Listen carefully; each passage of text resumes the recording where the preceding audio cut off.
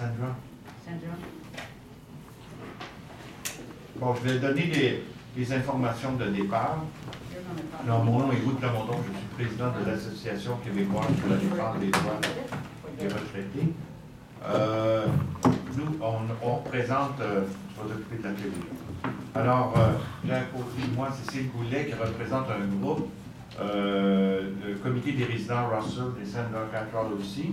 Dans la salle, on a l'avocate qui est responsable du groupe Pinet, qui accompagne le groupe Pinet, qui est un groupe de femmes philippines qui font un recours contre la Commission des droits de la personne. Et l'ensemble des groupes ici, qui est aussi joint dans une coalition d'une dizaine d'organismes, on a déposé plainte hier au vérificateur général concernant les inconduites de la Commission des droits de la personne. Alors, c'est une coalition de dizaines d'organismes de défense de droits qui a saisi le vérificateur général d'une plainte contre la présidence de la direction des plaintes et des enquêtes de la Commission des droits de la personne pour violation de leurs obligations légales en vertu des dispositions de la Charte et des obligations découlant de leurs engagements éthiques, organisationnels et institutionnels. La Commission est convaincue que les pièces jointes dans 5 dossiers distincts, composés de plus d'une cinquantaine de documents établis, sort de tout doute que la présidente, la direction des enquêtes et des services de plainte ont participé de manière diverse et concertée à violer la Charte des droits.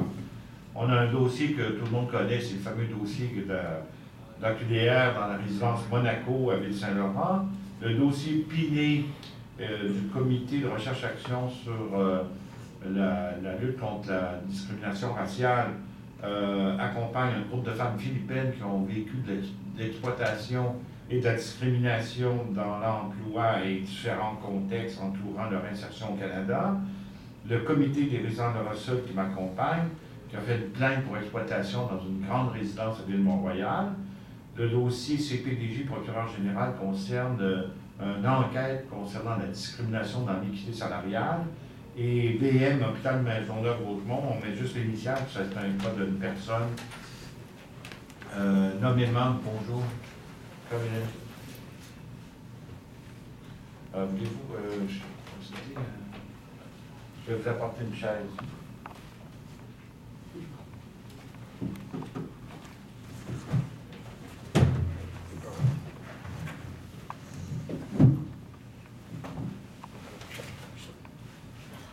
Alors, 5 dossiers font l'objet, ces 5 dossiers-là, ce sont des plaintes qui ont été faites à la Commission des droits de la personne, qui ont eu un cheminement erratique complet. Par leur conduite en déviant les droits des victimes et des organismes de défense de droits prévus à l'article 72, qui prévoit l'assistance aux plaignants, et l'article 74.3, qui prévoit que des organismes peuvent porter plainte.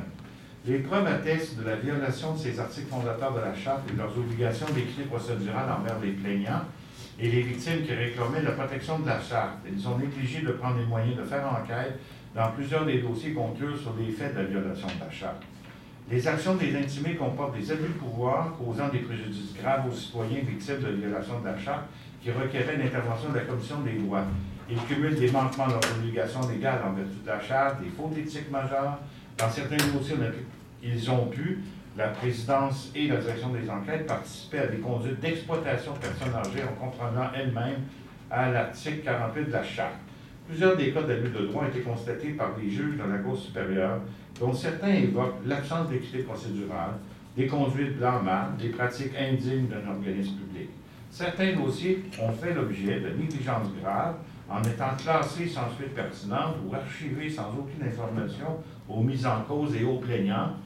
On a ça là, dans le dossier procureur général, et on a ça dans BM, Hôpital Maisonneuve-Rosemont. Les dossiers reflètent des conduites erratiques de l'organisation de la part de la présidence et de la direction des plaintes et enquêtes, toutes préjudiciables aux citoyens qui s'apparentent à celles déjà constatées par le vérificateur général, conjointement avec le protecteur du citoyen, chez le curateur public en 1998. Je ne sais pas si Mme Chalostado vous vous souvenez de cette histoire, avocat de France, où le protecteur du citoyen et le vérificateur général avaient constaté des dérives financières, des abus, des exploitations financières chez le curateur public. C'est encore disponible sur Internet, si on peut trouver ça. Il avait même perdu la trace de pupille d'une centaine de personnes. donc des gens dont ils avaient la garde. Les dossiers permettent de croire que nous sommes en présence d'inconduites systématiques et plusieurs dizaines ou plus de plaignants ont pu subir des préjudices sérieux dans l'exercice de leur recours à la Commission des droits. Nous, on a 5 dossiers, mais il y en a peut-être 100. On ne sait pas. Les membres de la coalition sont composés de plusieurs grandes associations nationales de défense de droits, l'association de défense de protection des malades, qui sont tous représentés ici aujourd'hui, du CRAR, qui est représenté par Maître Arango, du comité des résidents et du groupe des femmes d'origine philippine qui sont concernées. Donc, la plainte a été déposée hier avec les cinquantaines de documents qui étaient en pièce jointe et l'ouverture du dossier est complétée au vérificateur général. Pour les fins de notre ami de CTV, Mme Cartwell ou Mme Boulet, là, en anglais, va résumer la situation de dépôt d'une plainte. Pourquoi vous avez répondu en anglais? Pourquoi avez-vous déposé une plainte à la Commission des droits de la personne? Because we've had many, we have been working, trying to get changes done to the building. We have been trying with the president. We have a board of directors rather than an owner. And we have been trying to make changes for the last 5 years or more. We had a meeting last October. There was a representative from c'est quoi en français? Les droits de la personne, sorry. They were there on October. Since that time, Cécile Goulet has been in touch with the representative. As of today, they have done nothing for us. They sent 2 people that came to interview 2 people, and nothing really has been done to this date.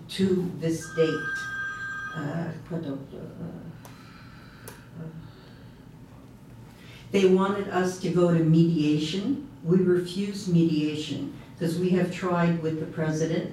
We know that there's nothing to be done, so therefore we refused mediation.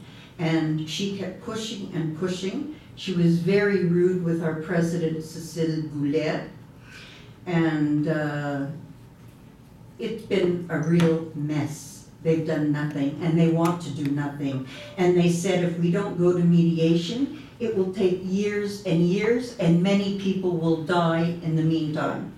Nice, eh?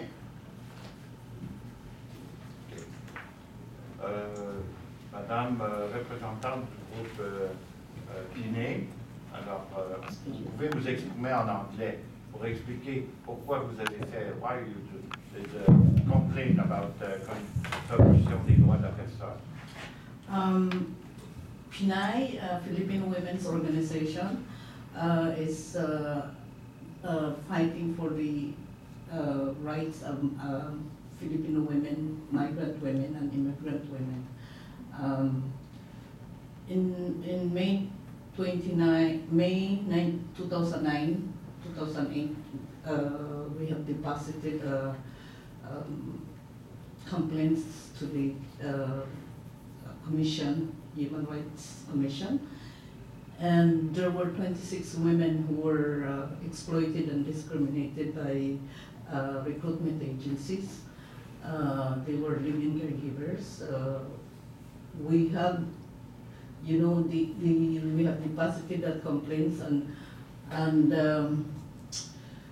we found that we saw that there was an error of investigation because the victims were the ones who were investigated